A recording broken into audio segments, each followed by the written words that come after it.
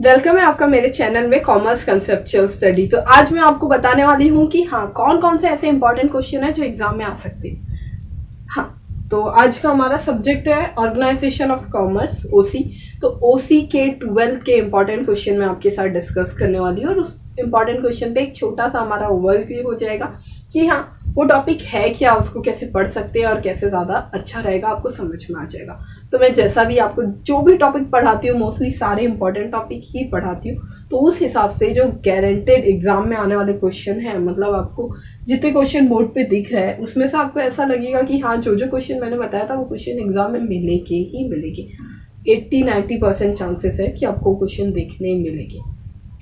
तो हम स्टार्ट करते हैं कि क्वेश्चन कौन कौन से हैं। तो आप मेरे साथ बने रहो, आपको 10 मिनट में समझ में आ जाएगा ओवरऑल कि हाँ कौन कौन से इंपॉर्टेंट क्वेश्चन है जो एग्जाम में आपको मिलेंगे। तो सबसे पहले हमारा फर्स्ट चैप्टर है forms of business organisation. Forms of business organisation में क्या क्या आता है। तो जैसा मैंने इस टॉपिक की सारी वीडियोस मेरे वीडियो यूट्यूब चैनल पे है, आपको प्लेलिस्ट में मिल जाएगी और मैं लिंक भी आपको प्रोवाइड कर दूंगी डिस्क्रिप्शन में, आप देख लेना। पर अभी छोटा सा बताती हूँ कि फॉर्म्स ऑफ बिजनेस ऑर्गेनाइजेशन में क्या आएगा, कौन से इंपॉर्टेंट क्वेश्चन एग्जाम में देखने मिलेंगे। तो हाँ, यहाँ हमको पता है फॉर्म्स ऑफ बिजनेस ऑर्गेनाइजेशन में हमने 5 फॉर्म्स पढ़े हैं। उन 5 में सबसे पहला हमारा सोल ट्रेडिंग कंसर्न है, एक इंसान जो बिजनेस रन करता है। देन उसके बाद है पार्टनरशिप फर्म जिसमें 2 इंसान या उससे ज़्यादा लोग लगते हैं। उसके बाद है हमारा joint stock company, joint Hindu family business.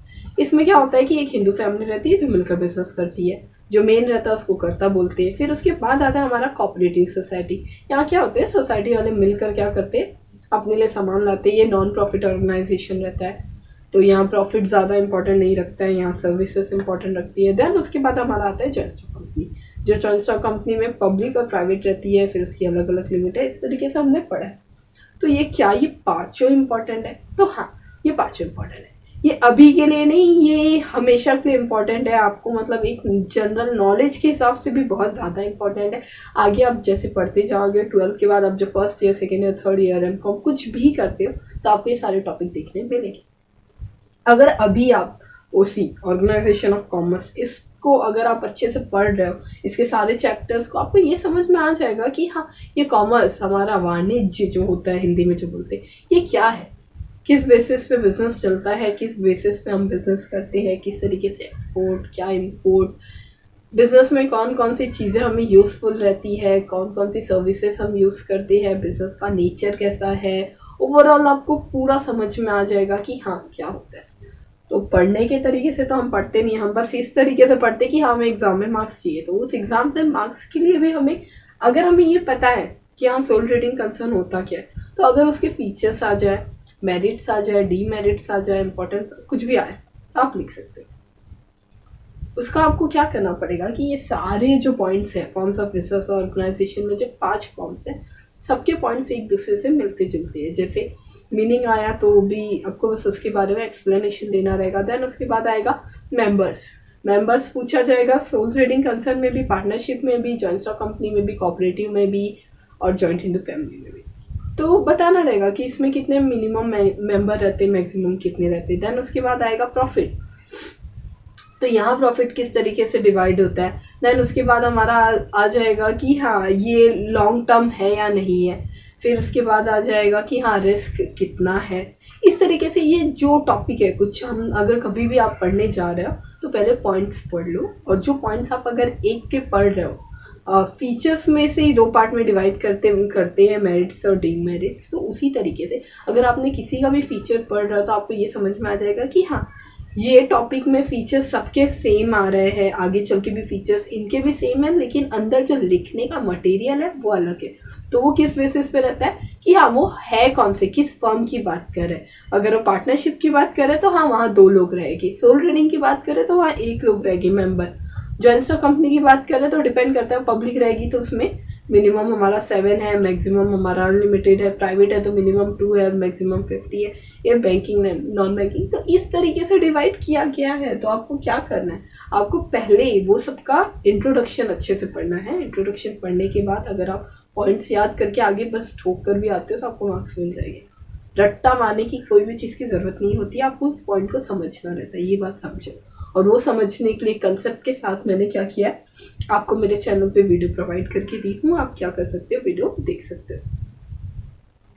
Business services, okay, तो ये आपको समझ में आ जाएगा। अब इसमें से कैसे, ये जो फर्स्ट चैप्टर है मैं बता दूं बहुत ज़्यादा वेटेज रखता है एग्जाम के पॉइंट ऑफ व्यू से। 20 मार्क्स तक का अराउंड आपको आ जाएगा। जैसे 80 मार्क्स के एग्जाम में आपका 1/4 पहला चैप्टर इंपॉर्टेंट रखता है। 20 मार्क्स से उससे ज़्यादा डोंट नो, बट इतना तो आते ही आता है। तो सिलेबस कितना भी चेंज होता रहा है, बट ये चैप्टर की इंपॉर्टेंस कभी नहीं जाने वाली है। अब इसमें से क्या आ जाता है, एक टॉपिक का आपको फीचर्स आ जाएगा, किसी टॉपिक के मेरिट्स डिमेरिट्स आ जाएगी, किसी दो टॉपिक को बाद में पूछ लेंगे कि इसका डिस्टिंग्विश बताओ। तो डिस्टिंग्विश में भी क्या करना रहेगा, मीनिंग में इसका मीनिंग अलग, इसका मीनिंग अलग, मेरिट्स, देन मेंबर्स में इसके मेंबर्स अलग, इसके मेंबर्स अलग, रिस्क का क्या पार्ट है, फिर उसमें ओनरशिप किसकी है उसका अलग पार्ट है। इस तरीके से हम क्या कर सकते हैं, डिस्टिंग्विश बना सकते हैं बहुत इजी तरीके से, ज़्यादा टफ नहीं है। आप मेरी वीडियोस देख लेना। देन उसके बाद आता है बिजनेस सर्विसेज। अब ये हमारा सेकंड चैप्टर है बिजनेस सर्विसेज। क्या ये इंपॉर्टेंट है? हाँ ये इंपॉर्टेंट है, थोड़ा है ज़्यादा है, थोड़ा नहीं ज़्यादा है। यहाँ क्या होता है कि ये चैप्टर बहुत ज़्यादा बड़ा है देखा जाए तो। अगर हम इसको पढ़ने जा रहे हैं, ये वाला टॉपिक तो ऐसा है कि हाँ ये टॉपिक भी आपको फर्स्ट चैप्टर बहुत ज़्यादा बड़ा लगेगा, लेकिन ये इतना ज़्यादा भी बड़ा नहीं है अगर आप उसको समझ लेते हो कि हाँ वो टॉपिक है क्या। एक बार समझ जाएगा तो उसके फीचर्स, मेरिट, डिमेरिट सब बहुत ईजी लगेगी। लेकिन जो सेकंड चैप्टर वो एक्चुअली में बहुत बड़ा है, वास्ट है वो। इसके अंदर कैसा है कि बिजनेस सर्विसेज में हमारे पास पहले आएगा कि नेचर ऑफ बिजनेस सर्विसेज, कि बिजनेस सर्विसेज का नेचर कैसा रहता है। देन उसके बाद आएगा कि हाँ उसके टाइप्स कौन कौन से बिजनेस सर्विसेज में, जैसे हमें बैंकिंग बिजनेस सर्विसेज मिलती है, ट्रांसपोर्ट मिलती है, कम्युनिकेशन मिलती है, वेयर हाउसिंग मिलती है। तो ये जो है इन सारे बिजनेस सर्विसेज में मतलब फिर उसके अंदर का भी सब टाइप हमें पढ़ना रहेगा। तो ये थोड़ा सा वास्ट है, लेकिन हम क्या कर सकते हैं, कुछ इंपॉर्टेंट क्वेश्चन को ज़्यादा इंपॉर्टेंट देंगे, जैसा कि नेचर ऑफ बिजनेस सर्विसेज, की बिजनेस सर्विसेज का नेचर कैसा होता है। तो ये मैंने आपको वीडियो बना दिया, आप चेक कर लेना। देन उसके बाद हमारा आएगा कि टाइप्स ऑफ बिजनेस सर्विसेज कौन सी है, जो मैंने बताया है, ये जो लिखी हुई है एक टाइप से 4-5 टाइप्स लिख दोगे आपको मार्क्स मिल जाएगा। बैंकिंग ये सब, ये पैसे प्रोवाइड नहीं करती है, सर्विसेज क्या प्रोवाइड करती है, आपका कुछ काम करके देती है। जैसे टीवी खराब हो गई तो घर में जो रिपेयर करने के हमारा मैकेनिक आता है, तो वो भी क्या कर रहा है, सर्विस प्रोवाइड कर रहा है। इलेक्ट्रिसिटी जो हमें मिल रही है, ये भी हमें क्या कर रही है, सर्विस प्रोवाइड कर रही है। तो इस तरीके से सर्विसेज होती है। अब बैंकिंग में क्या इंपॉर्टेंट है, बैंकिंग में आपको टाइप्स ऑफ बैंक बहुत ज़्यादा इंपॉर्टेंट है, और देन फंक्शन ऑफ बैंक, ये बहुत ज़्यादा इंपॉर्टेंट क्वेश्चन है। आपको इसको स्किप नहीं करना है, क्योंकि इको में भी ये टॉपिक है। तो ये क्वेश्चन तो स्किप करने वाला है ही नहीं, तो 100% आपको ये याद करके जाना है। तो बैंकिंग क्या होता है, और देन फीचर्स ऑफ बैंक, वो बहुत इजी है, मैंने वीडियो बनाई है, आप चेक कर सकते हो कि प्राइमरी और सेकेंडरी फंक्शन क्या होते हैं बैंक के, क्या रोल प्ले करता है। देन इंश्योरेंस, इंश्योरेंस में क्या है, इंश्योरेंस में हमारे पास इंश्योरेंस में टाइप्स दिए हैं कि मरीन इंश्योरेंस होता है, लाइफ इंश्योरेंस होता है, फायर इंश्योरेंस होता है। अब वो इंश्योरेंस के फीचर्स दिए गए, ईजी है ये बात समझ जाओ। इंश्योरेंस मतलब एक तरीके से कवर मिलता है हमारे, अगर हमारी लाइफ जा रही है और जो भी है, तो हमारे फैमिली मेम्बर्स को मिलेगा। फिर इसकी क्या क्या रेस्ट्रिक्शन है, कितना लिमिट रहेगा, क्या नहीं है, वो है। तो आप वीडियोस में चेक कर सकते हो, आप देख सकते हो। देन उसके बाद थोड़ा सा समझ जाना, इसको एकदम रट्टा मारने की जरूरत नहीं है, पक्का पक्का याद मत करो, थोड़ा सा समझ जाओगे तो भी काफ़ी है। देन उसके बाद आता है ट्रांसपोर्ट। अब ट्रांसपोर्ट में क्या है, सॉरी सर्दी हुई है मुझे थोड़ी, अभी देखते हैं ट्रांसपोर्ट। ट्रांसपोर्ट में क्या है, ट्रांसपोर्ट में हम देखेंगे कि हाँ ट्रांसपोर्ट में हमारे पास रोड ट्रांसपोर्ट है, रेल ट्रांसपोर्ट है। ट्रांसपोर्ट मतलब यातायात के साधन, तो हमारे पास रोड है, रेल है, देन उसके बाद है ट्रांसपोर्ट है, मरीन ट्रांसपोर्ट है, मतलब है ना इतने सारे। तो यहाँ क्या होता है कि रोड ट्रांसपोर्ट के मेरिट्स क्या है, डिमेरिट्स क्या है, फीचर्स क्या है। अब यहाँ भी रट्टा मारने की ज़रूरत नहीं है, समझने की बात है। आपको पता रहना चाहिए कि हाँ रोड ट्रांसपोर्ट होता क्या है, जो रोड के थ्रू जो ये ट्रांसपोर्टेशन किया जाता है, इंसानों का भी किया जाता है और गुड्स का भी किया जाता है। तो यहाँ क्या होता है कि एक थोड़ा कॉस्टली होगा, इतना ज़्यादा नहीं होगा एयर ट्रांसपोर्ट के कंपेयर में, बट है मतलब बोला जा, वो जो मरीन ट्रांसपोर्ट है वो मतलब लेस है। देन उसका कंपैरिजन किया जाता है कि रोड में क्या डिमेरिट्स हमारे लिए क्या रहेंगे, कि हाँ चोरी हो सकती है, बारिश से सामान डैमेज हो सकता है, और एक्सीडेंट होता है, रोड सही नहीं रहती है, बहुत सारा। तो ये हमें खुद से सोचना है। और अगर एक बार आप ये टॉपिक पढ़ते हो, कोई भी टॉपिक आप पढ़ते हो, तो पहले उसको समझो, और अगर समझ में आ गया कंसेप्ट के साथ, तो आपको लिखना बहुत ईजी हो जाएगा और आपको कोई नहीं फेल कर सकता, मतलब कोई नहीं। मुझे आज तक एक केटी नहीं लगी है। तो मतलब ओवरऑल आपको बस समझने की ज़रूरत है कि ये टॉपिक कैसे होते हैं, उसको कैसे एक्सप्लेन करना है, किस तरीके से लिखना है। देन उसके बाद आता है वेयर हाउस। यहाँ मैंने बता दी इन तीनों के मेरिट्स थोड़ा पढ़ लेना एक बार, वो पढ़ लेके तो उतने ही काफ़ी हो जाएगा, आप लिख सकते हो। देन उसके बाद आता है वेयर हाउस। अब वेयर हाउस में क्या इंपॉर्टेंट है, वेयर हाउस में टाइप्स ऑफ वेयर हाउस बहुत इंपॉर्टेंट है कि हाँ वेयर हाउस के कौन कौन से टाइप्स। वेयर हाउस का मतलब होता है गोदान। अब गोदान में कौन कौन से टाइप्स रहते हैं कि हाँ एक कोल्ड वेयर हाउस रहता है जिसमें फिश रखी जाती है, आइसक्रीम रखा जाता है, सब सुना होगा। देन उसके बाद और भी बहुत सारे होते हैं, पढ़ लेना, वीडियो आपको मिल जाएगी। टाइप्स ऑफ ई बिजनेस, ये एक ही क्वेश्चन है जो इम्पोर्टेंट है थर्ड चैप्टर का कि हाँ ई बिजनेस के टाइप्स कौन से हैं। जैसे बिजनेस टू कंज्यूमर, बिजनेस क्या करता है, कंज्यूमर को डायरेक्ट सेल करता है। बिजनेस टू बिजनेस जो ऑनलाइन मतलब हम क्या करते हैं, परचेस या सेल करते हैं, उसको ई बिजनेस बोला जाता है क्योंकि वो इलेक्ट्रॉनिक वे में हो रहा है, फिजिकली जाकर नहीं किया जा रहा है, तो इस तरीके से वो ई बिजनेस का टाइप है।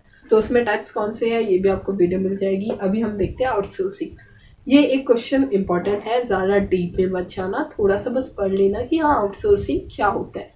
तो आउटसोर्सिंग मतलब एक एग्जांपल देती हूँ, हमारा जो स्कूल रहता है या कॉलेज रहता है उसके अंदर जो कैंटीन रहती है, स्कूल का काम है एजुकेशन देना, स्कूल का काम है आपको एजुकेट करवाना, आपको रिजल्ट देना, आपका एग्ज़ाम कंडक्ट करना, लेकिन वो जो कैंटीन की फैसिलिटी हमें मिलती है वो फैसिलिटी आउटसोर्सिंग है। मतलब वो बाहर वाले आकर कुछ स्कूल को पैसा देते हैं, फिर उनसे कांटेक्ट कर लेते हैं और फिर उस तरीके से हमारा भी काम हो जा रहा है, मतलब स्कूल का भी काम हो जा रहा है और साथ में उन लोग का भी हो जा रहा है, उनकी भी अर्निंग हो जा रही है, तो वो आउटसोर्सिंग है। दैन उसके बाद आता है social responsibility of business. Social responsibility of business मतलब इसका मतलब क्या है कि बिजनेस की सोशल रिस्पॉन्सिबिलिटी क्या है। बिजनेस की खुद की रिस्पॉन्सिबिलिटी है कि हाँ बिजनेस को ग्रो करना है, अर्न करना है, मतलब बहुत ज़्यादा वेल्थ उसका बढ़ाना है, देन उसके प्रॉफिट मैक्सिमाइज करना है, लेकिन सोशली भी तो कुछ रिस्पॉन्सिबिलिटी है, उनके कंज्यूमर्स को लेकर, उनके एम्प्लॉयज़ को लेकर, सोसाइटी को लेकर, गवर्नमेंट को लेकर। तो हाँ ये जो टॉपिक है इस मेरी प्लेलिस्ट है इस टॉपिक पे, आप उसको चेक कर सकते हो, मैं लिंक दे दूंगी, वो भी चेक कर लेना। बहुत इजी है, सबके पॉइंट सेम रहते हैं, इसको टफ नहीं समझने का, इसमें से भी 5 या 10 मार्क्स का एग्जाम में आ जाएगा। अभी लोग सोचते हैं कि सारा क्यों पढ़े, आएगा तो सिर्फ एक ही क्वेश्चन या 2 ही क्वेश्चन, तो सब पढ़ना पड़ता है, ऐसा नहीं है, पढ़ना पड़ता है कि हाँ समझ में आ जाएगा कि आपको एक तरीके से कि बिजनेस की रिस्पॉन्सिबिलिटी क्या है और एक टॉपिक पढ़ने में क्या जा रहा है। आपको एक दिन जैसे स्टोरी पढ़ते हो उस तरीके से बुक लेकर कभी पढ़ने को ट्राई करो कि हाँ ये क्या है बिजनेस की रिस्पॉन्सिबिलिटी, मतलब कुछ नहीं, ज़्यादा टफ नहीं है, इजी वे में बताया गया कि कंज्यूमर्स को अच्छी क्वालिटी का गुड्स देना, नॉर्मल सी बात है। दैन उसके बाद और भी बहुत सारे हैं, फेयर प्राइस में देना, उनको आफ्टर सेल सर्विस प्रोवाइड करना है और फिर उसके एम्प्लॉयज़ के लिए क्या है, एम्प्लॉयज़ को फेयर वेजेस देना, दैन जो कंडीशन है जहाँ वो वर्क करते हैं वो अच्छी देना, सही टाइम पे उनका इम्प्रूवमेंट करना, उनको बोलने की आज़ादी देना, अगर किसी को कुछ बाय एक्सीडेंट में हो रहा है तो उसकी कुछ मतलब उनको रिटर्न में कुछ ना कुछ अमाउंट दे देना। दैन सोसाइटी के लिए क्या है कि सोशली हार्म नहीं होना चाहिए, ये सब पॉइंट्स है, तो बहुत ज़्यादा इजी, एक बार पढ़ लेना। कंज्यूमर प्रोटेक्शन, अब हमारा नेक्स्ट पॉइंट कौन सा है, कंज्यूमर प्रोटेक्शन। अब ये क्या है, कंज्यूमर कौन है, हम हैं, हाँ।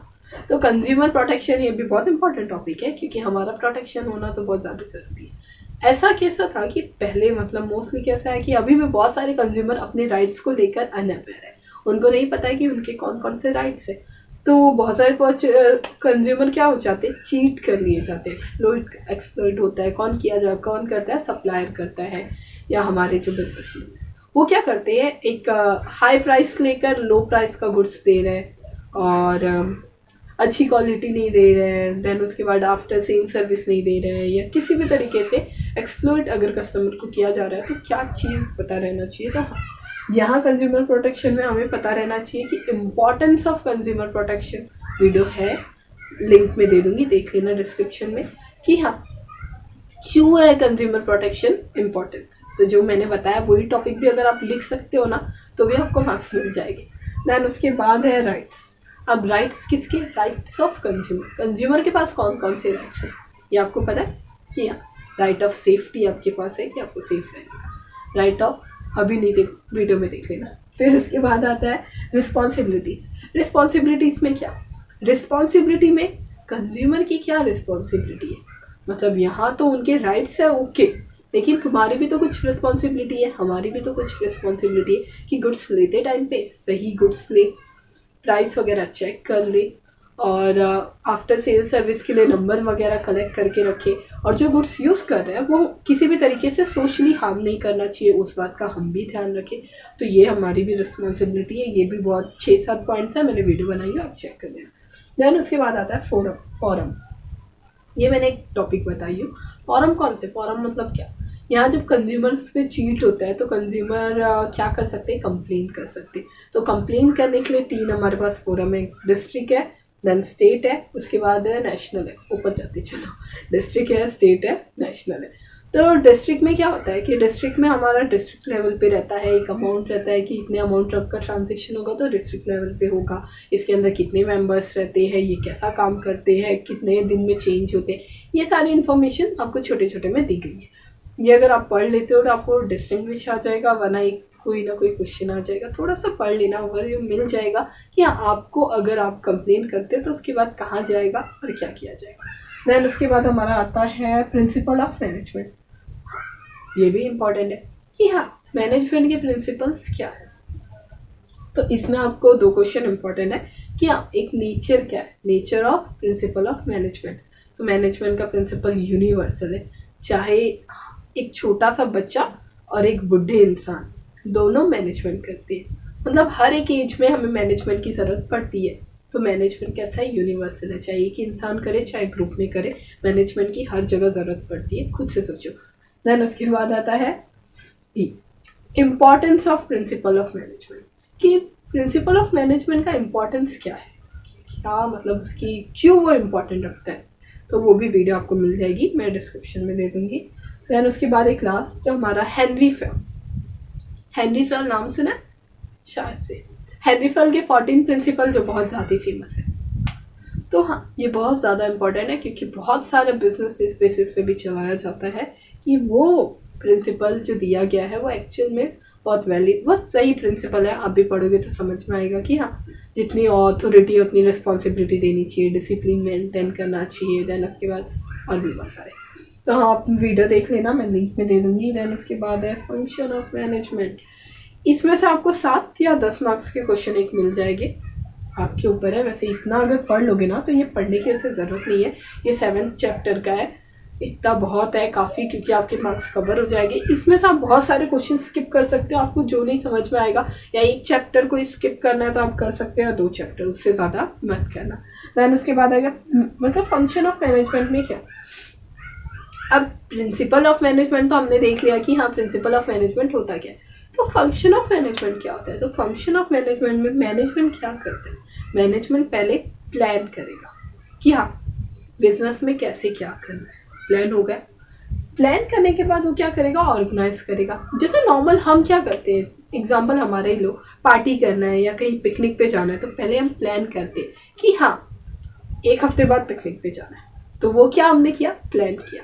उसके बाद हम क्या करेंगे? ऑर्गेनाइज करेंगे, सामान ला के रखना स्टार्ट करेंगे, क्या लेके जाना है, क्या लेके जाना है, क्या, वो हमने क्या किया? ऑर्गेनाइज किया।